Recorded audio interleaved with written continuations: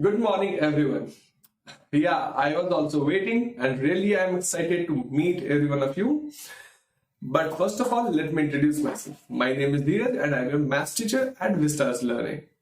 I'm just going to look out for the comments who of you are waiting, and then we'll start our session today. I can see, hold a second. Where is it? Today I'm unable to get myself. I think today I'm unable to get myself also. Yeah, it is here. Good morning, Rakesh. Good morning, Ram. Yeah, I can see waiting, Sergi. Yeah, I'm here. Now you don't have to wait. I'm here just for you. Fine. So at Vistaslearning, we try to provide quality education to each and every one of you because we know and we believe that getting quality education is not sufficient. Getting quality education makes the difference because we don't have to do different things. We just have to do the things differently. So that is why the same thing we are going to follow over here. Let's move to our apps. We have VLearning, VSMS, and VTalk. At VLearning, we provide quality education absolutely free. We don't charge anything. That actually means we are not going to charge you until and unless you're watching it on YouTube. Unlike other companies, unlike other channels, what they actually do, initially they are free and slowly they start charging. But for us, it is not the same. If it is free, that means it is absolutely free, completely free the time you are watching it. Second is VSMS. VSMS is actually designed for the schools, institutions, coachings where they can track the attendance, activities, co-curricular activities, test results, everything of the student. So what we can do, we can have a complex tracking in a single click. So that is a very good application I would suggest. And finally, VTalk. VTalk is a, what you can say, game changer for you guys actually. Why? Because see, I have been teaching in few of the most reputed brands in India, and what I have seen is, and what I have observed is, like, students are literally struggling to ask questions from the teachers. Sometimes they feel shy or some different kind of issues. I know those things. That is the reason why we came up with VTalk. At VTalk, the chats are encrypted between the teacher and the student. Means whatever you guys are discussing, it will be between you and the teacher, no one else. So suppose if you are asking a question to a teacher, the teacher is going to reply you back. But those chats only you can see and teacher can see, no one else. So that's a very good option. Then you can say that's $1 million question. Shall I join it? Obviously, yes, you should join it. Now let's move to a motto. You know that I am a maths teacher and maths is everywhere. Likewise, learning is also an endless process. So when we're going to combine it together, the word comes out to be always be learning. The three magical words you can say. Always be learning. They are the three magical words that is our motto. So guys, do comment always be learning so that I can know that you are there and you are listening to me and you are ready for the class to get started. Do comment always be learning. I'll just look out to the comments and we'll start the session after that.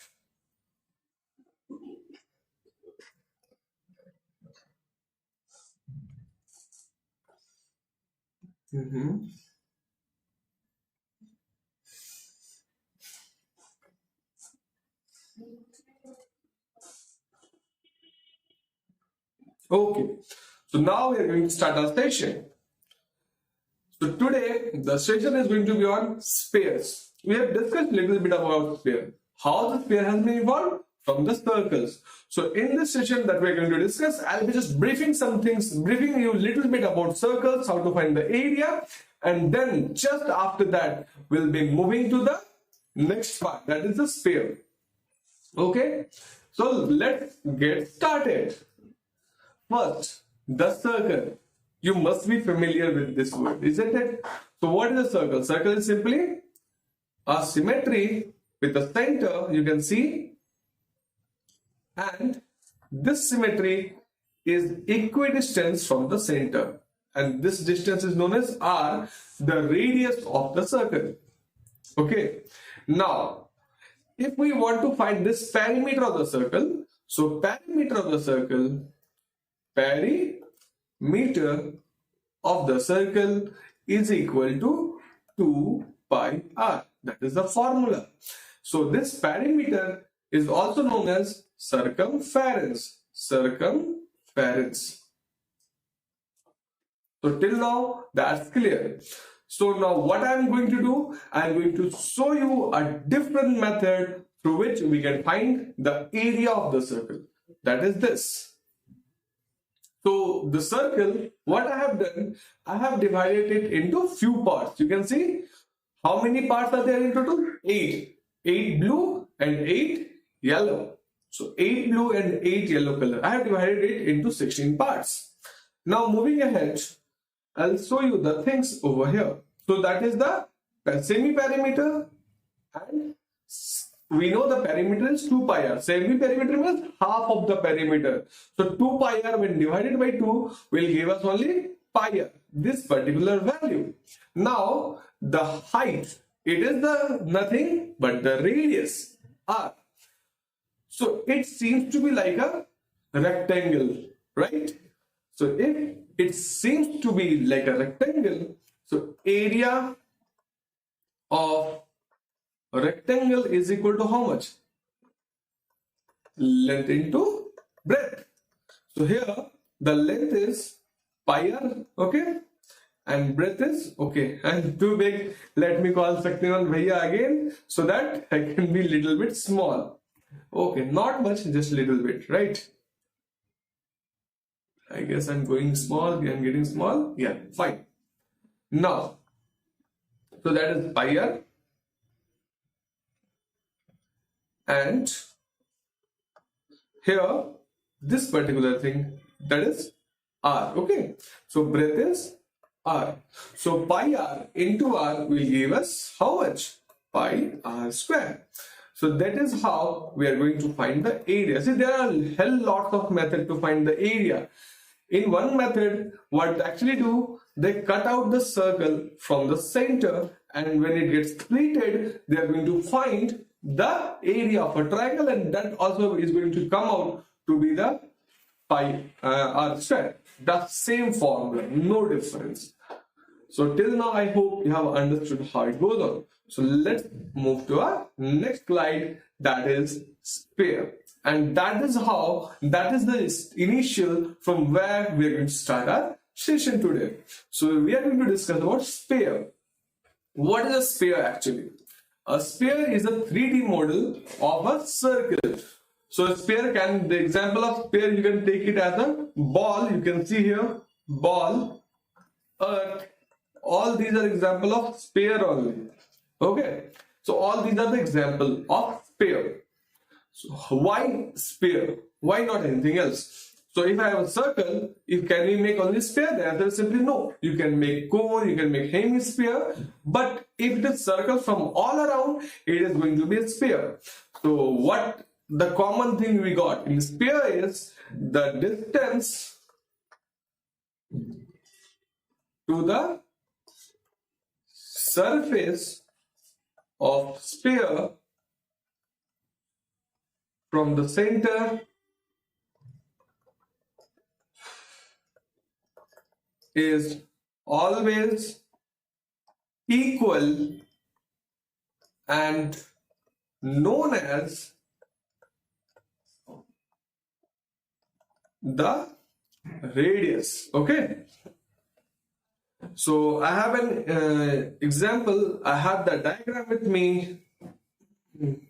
Again, Rakesh हमारे गोल गोल घूमने की कोशिश कर रहे हैं, but Rakesh ji अगर मैं गोल गोल घूमता हूँ तो मैं उड़ जाऊंगा ना. अभी तो इधर ही रहना है, लास्ट में गोल गोल घूमते, ठीक है. सेशन के एंड में मैं गोल गोल घूमूंगा और फाइनली मैं शक्तिमान भैया के साथ उड़ जाऊंगा. ओके. तो ये जो स्फीयर की जो हम लोग बात कर रहे हैं, वहां क्या होता है, एक सेंटर होता है और सेंटर से एक्सट्रीम एंड तक वो मूव ऑन करता है. ओके. एक्सट्रीम एंड तक मूव ऑन करता है, दैट इज द रेडियस. इस पर्टिकुलर वजह से हमें क्या मिला, हमें दो चीज मिलते हैं.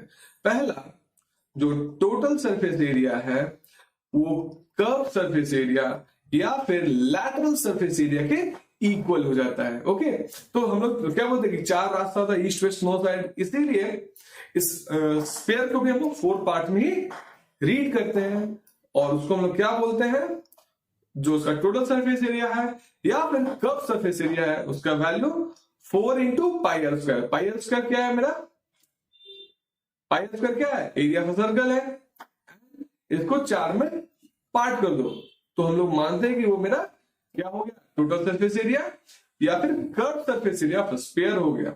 एंड फाइनली जो वॉल्यूम की बात कर रहे होते हैं, जब हम लोग वॉल्यूम की बात करते हैं तो वो जो है वो इक्वल होता है 4/3 पाई आर क्यूब का। तो 4/3 पाई आर क्यूब को जब हम लोग बोलते हैं उसको क्या बोलते हैं हम लोग, तो हम लोग वॉल्यूम ऑफ स्फीयर बोलते हैं। अभी तक ये जो जितने भी चीज है बहुत इजी लग रहे होंगे, राइट, आसान से ज्यादा, एक्चुअली ये बहुत ही ज्यादा इजी है। जस्ट स्पेयर में ये 2 चीज याद रखने अपने को, रेस्ट सारे चीज इजीली हो जाएंगे। तो चलिए क्वेश्चंस की ओर मूव करते हैं। बस ये 2 जो फॉर्मूला है उससे अपने दिमाग में रखना है, अच्छे से रखना है कि अगर टोटल सरफेस एरिया या कर्व सरफेस एरिया की बात आती है तो 4 पाई आर स्क्वायर बोलने वाले हैं, अगर वॉल्यूम की बात आएगी तो 4/3 पाई आर क्यूब बोलेंगे।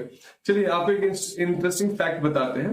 अगर एक पानी का बूंद, वाटर ड्रॉप, अगर वो फ्री फॉल हो रहा है, अगर नॉर्मली किसी से भी चीज से कांटेक्ट में नहीं है, तो वो पानी का जो बॉल है ना, ये पानी का जो बूंद है वो स्पेरिकल शेप लेता है। आपने उसे ऐसा से बीच के सीड के शेप के जैसा देखा होगा, या फिर वाटर ड्रॉपलेट को ऐसा मानते हैं, बट ये शेप तभी तक मेंटेन होता है जब वो वाटर का ड्रॉपलेट किसी भी ऑब्जेक्ट से कांटेक्ट में होता है। लेकिन जब वो वाटर ड्रॉपलेट या कोई भी लिक्विड का ड्रॉपलेट किसी भी चीज से कांटेक्ट में नहीं होता तो वो स्पेरिकल शेप ही एक्वायर करता है। और यही रीजन है, क्या रीजन है स्पेरिकल शेप एक्वायर करने का, to have minimum surface area. That is the reason why a free falling object, a liquid that is free falling acquires spherical shape. I hope ये साइंस का question होगा, but हाँ just for little bit of general knowledge ये बहुत ही ज्यादा important है। Okay, तो चलिए क्वेश्चन की ओर मूव करते हैं। तो जो पहला क्वेश्चन है ये है, if we join 2 hemispheres of same radius along the basis we get up. Okay, तो ये एक हेमिस्फीयर है और ये भी एक हेमिस्फीयर है, दोनों को हम लोगों ने ज्वाइन कर दिया तो क्या बन गया, ये हमारा एक स्फीयर बन गया, दैट इज अ स्फीयर। तो जो करेक्ट आंसर आएगा वो होगा option number C. The answer is option number C, directly it is going to become a sphere, right. Moving to the next question. देखो अभी इजी है, स्लोली स्लोली हम उसका लेवल भी इंक्रीज करेंगे, बिकॉज इनिशियली कॉन्सेप्ट भी clear होने चाहिए, कॉन्सेप्ट में भी कुछ ये मिस आउट नहीं होना चाहिए। That is the reason why we are starting with the very initials. आज तो मैंने ऐसा नहीं बोला ना कि एग्जामिनेशन पॉइंट ऑफ व्यू से बहुत ही ज्यादा इंपॉर्टेंट है, हम लोगों ने रिसर्च किया नहीं। आज क्वेश्चन हम लोगों ने मेरे हिसाब से मैंने सेट करा है कैसे कि हम लोग स्लोली क्वेश्चन के स्टैंडर्ड को इंक्रीज करते जाएंगे ताकि सारा चीज जितने भी स्पेयर्स के अंदर में वो कवर हो जाए, कुछ भी चीज मिस आउट ना हो। इसीलिए एमसीक्यूज के साथ साथ मैंने 2-3 सब्जेक्टिव क्वेश्चंस भी डाले हैं, and they are literally very very important, okay, to understand the whole concept of spheres. So let's move to the second question. But second question में मूव ऑन करने से पहले मैं आपको इतना बोल सकता हूं कि अगर आपको आंसर पता है तो डायरेक्टली कमेंट कीजिए, और अगर आपका आंसर सही होता है तो आपको कुछ ना कुछ इनाम जरूर मिलेगा। You will be getting few of the prizes. In the meanwhile मैं देख सकता हूं कि सोमा पाल ने रिप्लाई करा है, कमेंट करा है, hello sir. So hello Soma, good morning and welcome to the class, but you are little bit late, so don't be late, because initial में जो हम लोग को मोटिवेशन मिलता है वो आप लोगों से ही मिलता है। अगर आप लोग ही नहीं रहोगे तो फिर मोटिवेशन किधर से मिलेगा, है कि नहीं।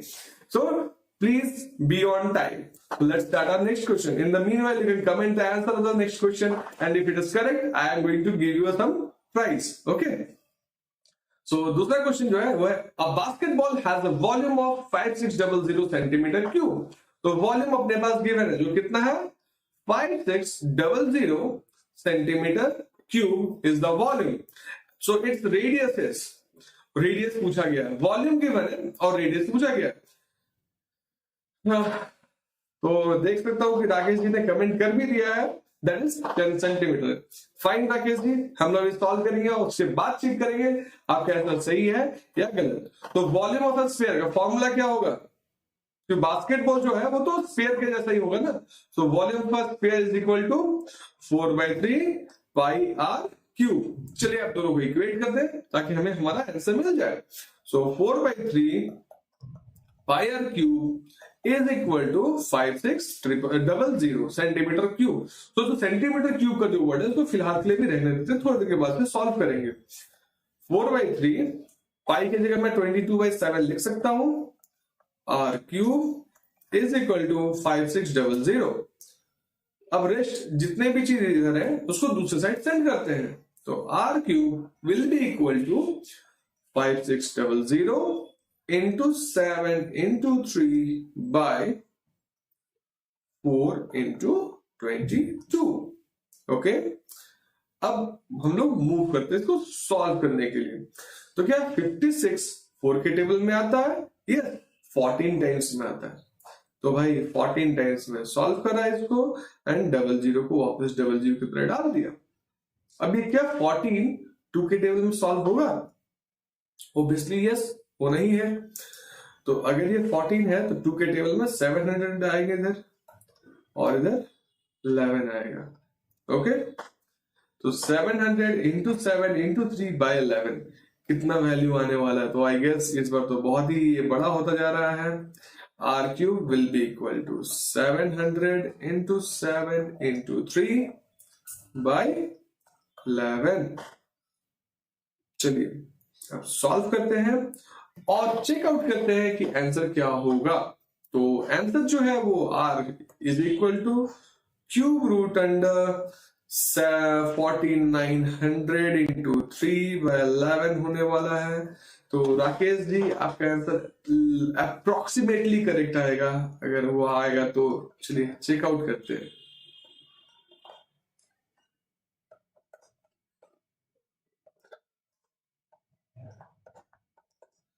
तो अगर हम इसे सॉल्व करें तो क्या वैल्यू आने वाला है? इसका वैल्यू अप्रॉक्स कितना आएगा? 147/11। तो 147 एंड 147 नियर बाई 8 क्या आता है? So r will be equal to approximately 8 centimetre. हमारा जो आंसर है वो होगा ऑप्शन नंबर डी।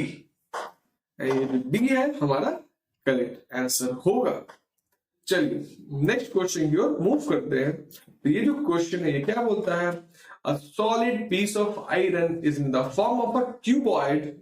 ये क्यूबॉइड के फॉर्म में है जिसका लेंथ गिवन है, ब्रेथ गिवन है और हाइट गिवन है और is moulded and formed a solid sphere. The radius of the sphere is, ये क्वेश्चन है और ये एक्चुअली में बहुत ही इंपॉर्टेंट चीज है। ये कॉन्सेप्ट समझने की बात है। तो सबसे पहले हमारे पास एक क्यूबॉइड था। ओके, सबसे पहले हमारे पास एक क्यूबॉइड था और ये जो क्यूबॉइड है ना, इसको क्या किया गया? मेल्ट किया गया एंड फाइनली एक स्फीयर बॉल बनाया गया। तो जो एक चीज है जो सेम रहने वाली है वो है वॉल्यूम। वॉल्यूम जो है वो दोनों ही केस में सेम होगा। वॉल्यूम को हम लोग चेंज नहीं कर सकते हैं। अगर वॉल्यूम को चेंज नहीं कर सकते इसका मतलब क्या है कि volume of the sphere, volume of sphere जो है वो वॉल्यूम ऑफ क्यूबॉइड के बराबर होगा। वॉल्यूम ऑफ क्यूबॉइड के बराबर होगा। तो अगर दोनों का वॉल्यूम इक्वल है तो भाई क्यूबॉइड का वॉल्यूम तो लोग मल्टीप्लाई करके निकाल सकते हैं। But my suggestion, don't multiply until you reach to the end of the solution. Okay, initially बहुत लोग क्या होता है मल्टीप्लाई कर देते हैं, फिर बाद में डिवाइड करने में परेशानी होती है। तो इस चीज को सॉर्ट आउट करने के लिए जो सबसे अच्छा ऑप्शन है, इनिशियली कभी भी मल्टीप्लाई मत कीजिए, उसको मूव ऑन, उसको आगे लेकर चलते रहिए और फाइनली लास्ट में जो भी बचते हैं उसको मल्टीप्लाई कीजिए। आपका आंसर इजीली आएगा और जब अगर कुछ डिवाइड करना है तो इजीली डिवाइड हो जाएगा, कोई भी प्रॉब्लम्स नहीं आएंगे। तो चलिए सॉल्व करके देखते हैं। Here volume of sphere is equal to volume of cuboid. Okay, ये पहला चीज अपने को पता चल गई, जो वॉल्यूम ऑफ स्फीयर है और जो वॉल्यूम ऑफ क्यूबॉइड है वो दोनों इक्वल है। स्फीयर का वॉल्यूम का फॉर्मूला क्या है? 4/3 पाई आर क्यूब, और वॉल्यूम ऑफ क्यूबॉइड कितना था? Length into breadth into height, ये तीन होते हैं ना। सो 49 इंटू 33 इंटू 24। ओके, सो अब जितने भी चीज बचे हैं उसे हम नेक्स्ट साइड सेंड कर देते हैं। So r cube will be equal to 49 into 33 into 24 divided by 4 into pi, और ये 3 जो है इधर डिवाइड होगा तो दूसरे साइड जाकर के वो क्या होगा? मल्टीप्लाई होगा। तो ये मल्टीप्लाई इधर हो रहा है। पाई इज इक्वल टू 22/7 मेरे को पता है, उसको भी रिजॉल्व कर लेते हैं ताकि बाद में कोई भी इशू ना आए। 49 into 33 into 24 into 3 by 4 into 22/7। Okay, तो ये ऐसा आएगा। Let's solve this out. 11 3s are 33, 11 2s are 22। 11 table में चला गया। नेक्स्ट क्या बचा? 4 के टेबल में 4 6 are 24 and 2 3s are 6। Okay, तो अपने को क्या मिल गया? 49 इंटू 3 इंटू 3 इंटू 3 इंटू 7, ये मेरा आर क्यूब का वैल्यू है। So r cube is equal to 49 into 7 into 3 into 3 into 3। अगर मैं क्यूब रूट निकालूंगा तो 3 वैल्यूज को एक मानना पड़ेगा, एक अज्यूम करना पड़ेगा। तो ये बहुत ही इजी चीज है और बहुत ही इजी हो गया मेरे लिए कि आज जो है उसको मैं क्यूब रूट अंडर कर सकता हूं, लिख सकता हूं ऐसे 7 इंटू 7 इंटू 7। 49 को 7 इंटू 7 लिख दिया एंड एक 7 एक्स्ट्रा था, फिर बाद में क्या 3 है तो 3 इंटू 3 इंटू 3 ऐसे बचेंगे। तो 3 7 को क्यूब रूट से निकालना तो एक 7 एज्यूम करना पड़ेगा, और 3 3 को क्यूब रूट से निकालना तो एक 3 एज्यूम करना पड़ेगा। सो आर का जो वैल्यू है वो 7 इंटू 3 होगा, और 7 इंटू 3 कितना होता है? कुछ नहीं बट 21। तो 21। अब next thing is the unit, centimetre. तो जो मेरा आंसर आया वो है option number A, and answer is option A 21 centimetre. तो चलिए कमेंट रीड करते हैं और देखते हैं कि कितनों ने सही आंसर दिया है। तो मैं देख सकता हूं राकेश जी का आंसर 23 है, नियर अबाउट करेक्ट है, बट माइट बी थोड़ा बहुत क्लियर मिस्टेक होने की वजह से उन्होंने अपना आंसर स्लाइटली मिस किया है। No worries Rakesh, next question में वापस ट्राई करेंगे। थोड़ा बहुत टाइम लीजिए, but yes you should answer it correctly. So silly mistake होते हैं जब हम लोग जल्दी जल्दी में किसी भी चीज को सॉल्व करने की कोशिश कर रहे होते हैं ना, तो सिली मिस्टेक होता ही होता है। Don't hesitate, try it once more. I'm with you to help you. Don't worry. Yeah, Rajni Sharma ने हेलो सर कमेंट करा है। Hello Rajni, thank you for joining, but you are little bit late. Try to join on the time from the next class. Okay, miss मत कीजिए। Let's move to the fourth question. तो ये जो fourth question है क्या? 12 solid spheres of same size are made by melting a solid metallic cylinder of base dia 2 centimeter and height 16 centimeter. So the diameter of each sphere is. तो जो सबसे पहला चीज अपने को समझ में आ रहा है कि एक सिलेंडर है मेरे पास, इस सिलेंडर को मेल्ट करके हम लोगों ने क्या किया? 16 स्फीयर्स बना लिए। कितने? 16 स्फीयर्स बना लिए। ओके, अब हमसे पूछा जा रहा है कि the diameter of each sphere, एक स्फीयर का डायमीटर बताइए वो कितना होगा। तो भाई देखो, अगर लिटरली जो मेन हम लोग जो कॉन्सेप्ट लगाते थे वो कॉन्सेप्ट क्या था कि volume will not change, volume is not going to change in any scenario, in any case. जो चेंज होता है वो एरिया होता है, वॉल्यूम फिक्स रहते हैं, चाहे आप उसको किसी भी शेप और साइज में कन्वर्ट कर दो। अगर ऐसी बात है तब हम लोग क्या बोल सकते हैं कि volume of 16 spheres okay will be equal to volume of cylinder, ये बोल सकते हैं। आई होप इतने दूर में तो कोई भी इशू नहीं हुई होगी। अगर 16 स्फीयर्स है तो मैं एक के वॉल्यूम को 16 से मल्टीप्लाई कर देता हूं और इजी हो जाएगा। ठीक है, तो वॉल्यूम ऑफ स्फीयर का फॉर्मूला क्या है? 4/3 pi r cube, and volume of cylinder का पाई आर स्क्वायर एच। तो एक चीज तो मुझे यहां देखने को मिल गया कि पाई पाई का जो वर्ड है वो इजीली आ रहा है, तो हम लोग सॉल्व नहीं करेंगे, डायरेक्टली कैंसिल आउट कर देंगे एंड वो परफेक्ट होने वाला है। ओके, तो डायरेक्टली मैं फॉर्मूला ही लिख देता हूं, 16 into 4/3 pi r cube, that is going to be equal to volume of cylinder pi r square h. तो ये आर जो है और ये जो आर है दोनों डिफरेंट है, एक मेरा स्फीयर का रेडियस है जबकि दूसरा मेरा सिलेंडर का रेडियस है, दोनों सेम नहीं है ना। और जब दोनों सेम नहीं है तो दोनों को सेम वर्ड अगर लिखते हैं तो फिर बाद में कंफ्यूजन होगा, इसलिए एक को मैंने स्मॉल लिखा जबकि दूसरे को कैपिटल लिखा है, ठीक है। और हम लोग जब आगे सॉल्व करेंगे तो क्या आएगा मेरे पास, ये पाई और ये पाई कैंसिल हो गया है, आर क्यूब जो है वो किसके बराबर है, आर स्क्वायर, रेडियस कितना है, बेस डायमीटर 2 सेंटीमीटर है, अगर डायमीटर जो होता है वो रेडियस का डबल होता है, रेडियस इंटू 2, तो जो रेडियस है वो डायमीटर का हाफ होगा, तो 2 का हाफ कितना होगा 1 आएगा, तो रेडियस मेरा 1 का स्क्वायर होगा और हाइट कितना 16, तो 1 इंटू 16। और इधर मेरे पास क्या बचा है, इधर मेरे पास क्या बच रहा है अभी ये देखिए, 16 इंटू 4/3, 16 इंटू 4/3, इतना वर्ड अभी इतने सारे चीज बचे हुए हैं। तो ये जो आर क्यूब है इसे इधर ऐसे ही रहते हैं, बाकी जितने भी चीज है सबको दूसरी साइड सेंड कर देते हैं। तो 16 डिवाइडेड बाय 16 इंटू 4 और ये 3, ये जो आर जो है वो कितना आ रहा है, रूट अंडर 3/4, ठीक है, क्यूब रूट अंडर।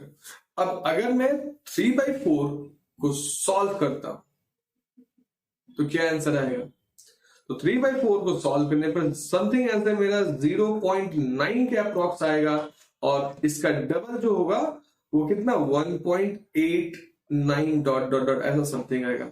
तो ये जो रेडियस है 1.89 डॉट डॉट डॉट, ऐसे डायमीटर जो है वो 1.89 डॉट डॉट डॉट समथिंग ऐसा आ रहा है, जिसको अप्रोक्सीमेटली हम लोग 2 सेंटीमीटर अज्यूम कर सकते हैं, क्योंकि जो ऑप्शन है मेरे पास 2 है, 3 है, 4 है, 6 है, लेकिन नन ऑफ दीज तो कोई भी नहीं है। So option C will be the correct one. So answer is option number C. जब आप सॉल्व करोगे तो आपको समझ में अच्छे से आने लगेगा, टेंशन नहीं है। Next moving to the fifth question. Hi good morning, Sonu ने कमेंट करा है। गुड मॉर्निंग सोनू, मैं देख सकता हूँ अपनी क्लास ज्वाइन किया है, बट आप लोगों को एक रिक्वेस्ट है कि आप लोग जल्दी जल्दी अपने आंसर्स को कमेंट करें।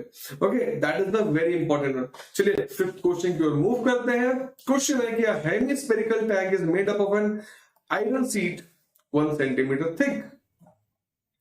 If the inner radius is 1 meter, then find the volume of the iron used to make the tank. तो ये हेमीस्फेरिकल टैंक है। ओके, हेमीस्फेरिकल टैंक कैसा होता है, ये कटोरे के जैसा होता है, जैसे हम लोग को भी कुछ दिन के बाद लेके कटोरा घूमना पड़ेगा रोड पे, सेम उसी टाइप का है, ये कटोरे के जैसा होता है, ठीक है।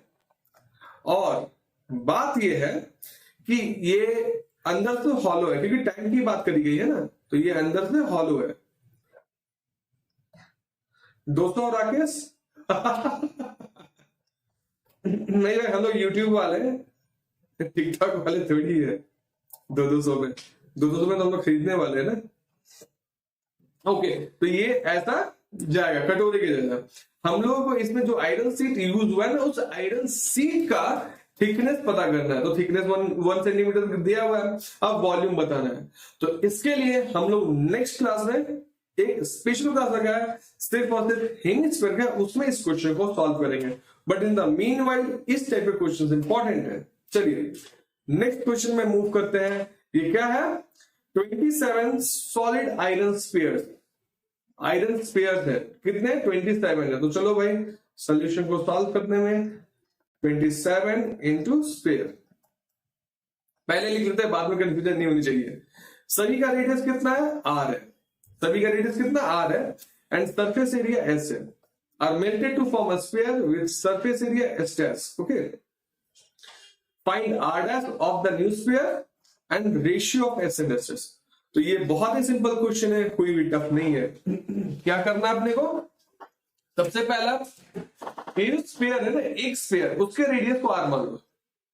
तो रेडियस ऑफ स्मॉल स्फीयर कितना होगा, r। ओके, जो स्मॉल स्फीयर है उसका रेडियस r ले लिया है, और ये जो आंसर है आर डैश, इसको आर के टर्म में निकालना है। And total number of squares कितने हैं 27, टोटल नंबर ऑफ स्क्वायर्स कितने हैं 27 है। तो therefore volume of big sphere is equal to 27 into volume of small sphere. तो जो बड़ा स्फीयर है उसका वॉल्यूम कितना होगा 4/3 पाई, बड़ा वाला आर लिखेंगे cube, is equal to 27 into 4/3 pi, छोटा वाला आर लिखेंगे क्यूब। सो 4/3 पाई कैंसिल हो गया, और ये जो बड़ा वाला आर क्यूब है उसमें से हम क्यूब रूट सेंड कर देते हैं अगले साइड में। सो 27 आर क्यूब, जो कि मेरा क्या आएगा 3r। सो जो बड़ा वाला आर है वो छोटे वाले आर से 3 गुना ज्यादा बड़ा है। ओके, 3 गुना ज्यादा बड़ा है। So r dash is equal to 3 times the smaller radius r. ये तो मेरा पहले का आंसर आ गया, इजी था। अब ratio of surface find. So surface area formula बताइए क्या होता है 4 pi r square. So s dash, okay, the ratio of s and s dash, s ऊपर रहेगा एस डैश नीचे रहेगा, ऐसा उसने बोला है, ऐसा क्वेश्चन में लिखा गया है।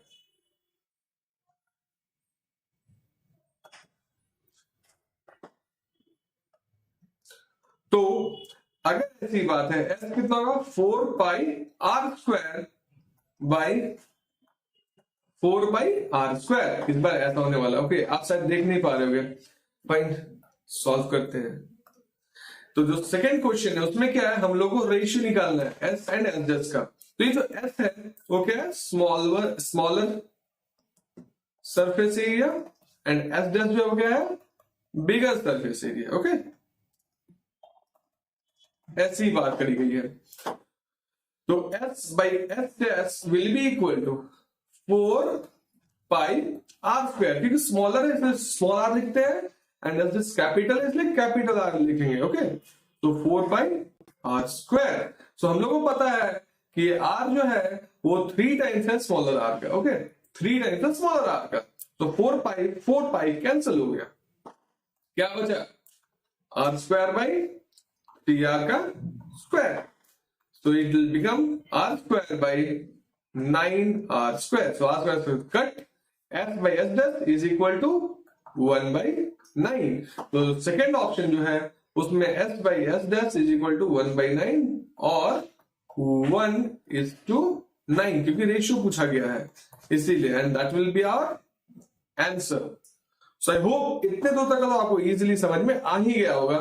ये जो क्वेश्चन है नेक्स्ट वाला, ये एक्चुअली में होमवर्क है आपके लिए। क्वेश्चन है कि a capsule of medicine is in the shape of a sphere of diameter 3.5 mm। तो क्या गिवन है कि जो डायमीटर है वो 3.5 मिलीमीटर है। Okay, how much medicine in millimetre cube is needed to fill this capsule. तो डायमीटर गिवन है, आर आप फाइंड कर लोगे 3.5 by 2 millimetre, and how much medicine is needed means capsule को पूरा फिल आउट करना है, पूरा फिल करना है। That means we have to find ultimately the volume of the capsule. हम लोग को क्या फाइंड करना है, वॉल्यूम फाइंड करना है। तो volume of cylinder, sorry volume of sphere ही होगा। तो volume of sphere will be equal to 4/3 pi r cube, ये होने वाला है। तो अल्टीमेटली आपको क्या करना है कि ये 4/3 को 4/3 रहने देना है, आर को ये ले लेना है और सॉल्व कर लेना है। सो 4/3 इंटू 22/7 इंटू 3.5/2 का होल क्यूब कर देना है, और इसके बाद जब आप इसको सॉल्व करोगे तो आपको आपका आंसर इजीली मिल जाएगा। ओके, तो क्या है कि ये क्वेश्चन एक्चुअली इंपॉर्टेंट था, इस टाइप के क्वेश्चन एग्जाम में आते हैं, इसीलिए इस क्वेश्चन को मैंने स्पेशली लिया था। तो ये क्वेश्चन आपका होमवर्क है, मैंने स्टेप्स बता दिए कैसे सॉल्व करना है। सो ये आपका होमवर्क रहेगा। नेक्स्ट क्लास में आने से पहले हम लोग इसको डिस्कशन करेंगे, उसके बाद ही हम लोग अपने नेक्स्ट क्लास को स्टार्ट करेंगे। Okay, don't worry, I will first discuss this question and then only will start our next class. तब तक के लिए एक रिक्वेस्ट है कि हमारा जो चैनल है आप उसे लाइक, सब्सक्राइब और शेयर जरूर करें, क्योंकि आपको पता है कि हम लोग एक मिशन पर है, और मिशन क्या है कि सभी को क्वालिटी एजुकेशन देना है। मिस नहीं होना चाहिए, कोई भी बंदा मिस नहीं होना चाहिए। So do like, subscribe and share. तब तक के लिए बाय बाय, नेक्स्ट क्लास में मिलते हैं और हम लोग सेशन को आगे जारी रखेंगे। Don't worry, when I am here, why to fear. Okay, तब तक के लिए bye bye and take care.